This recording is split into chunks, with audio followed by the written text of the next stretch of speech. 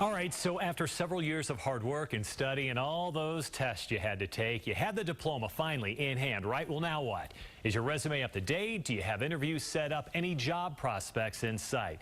Keith McCord is here again. And Keith, you spoke to both graduates and you spoke to employers as well. What was their advice? First of all, don't wait until graduation day to start looking. Start looking way, way early and network with anyone and everyone as often as you can. So starting with this job, I really just started talking to people, saying, hey, I'm graduating, I'm looking for jobs, and so I started that communication line. Hannah Blackburn just got hired at a Salt Lake marketing firm. While still at USU, she made sure to develop solid relationships with professors, mentors, and other colleagues. And for her, it worked. Kristen Otero graduated with bachelor's degrees in science and biotechnology.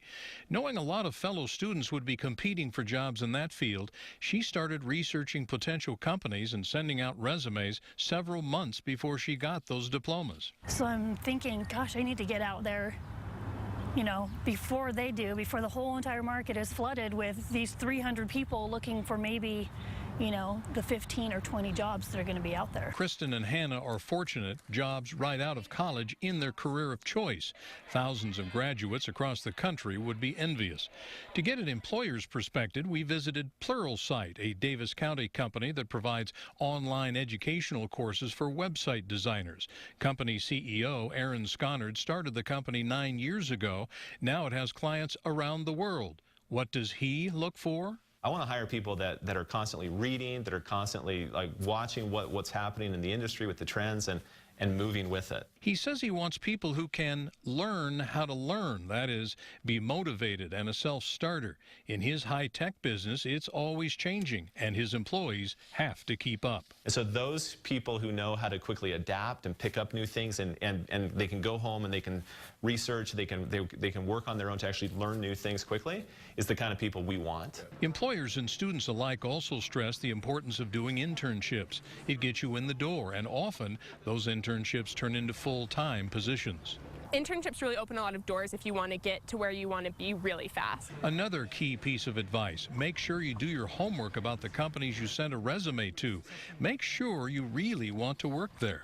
This is a career choice. This is something that you're going to possibly or potentially be doing for 15, 20 years.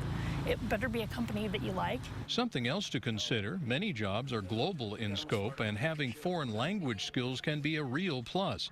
For example, the investment bank Goldman Sachs, which has a large office here in Salt Lake. But there are many other languages that, concentrational languages that are spoken here that we as a firm leverage because, you know, we are doing business around the world, and having people that have those language skills very, very important for us. So for the student who is still a year or two away from graduation, well, no one can predict what the job situation might be in 2014 or 15, but don't wait. Start preparing now and have a plan B and C just in case. Yeah, definitely. You don't want just graduating to be your hurrah moment. That's not it. It's what comes after that. One thing I try to advise students of is while you're in college, they should also be looking ahead and thinking, what's next?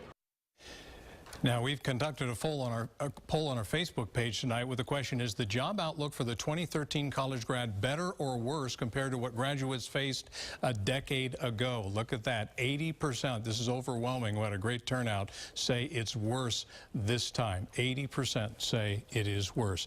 Now, we talked about the amount of student loan debt a little bit earlier. Currently, most students have loans at a fixed 3.4% interest rate, but according to the law, that rate was scheduled to double at 6.8% July 1st, but the House voted today on a proposal that would avoid that interest hike and tie future loan rates to the fluctuating stock market. Now the bill goes to the Senate, where it faces an uphill battle. The president said he'll probably veto it anyway. By the way, Mike, student loan debt in the United States totals more than $1 trillion.